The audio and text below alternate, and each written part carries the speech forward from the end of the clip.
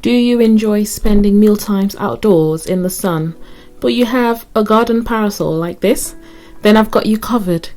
I'll show you how I was able to make a tablecloth with a gap for the parasol with a clean finish.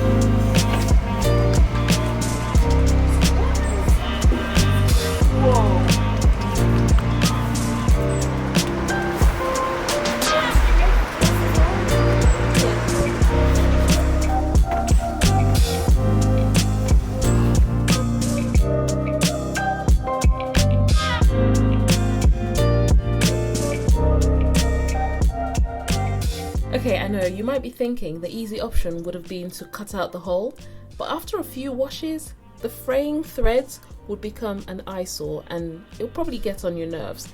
So give this DIY a try for a more elevated look using the Rick Rack style bias tape that I used in this video for added interest. Let me know how you get on with this project if you do try it. Also, please subscribe to my channel for more DIY videos like this, and please give the video a thumbs up. Enjoy the rest of your day everyone, and all the very best. Take care. Bye.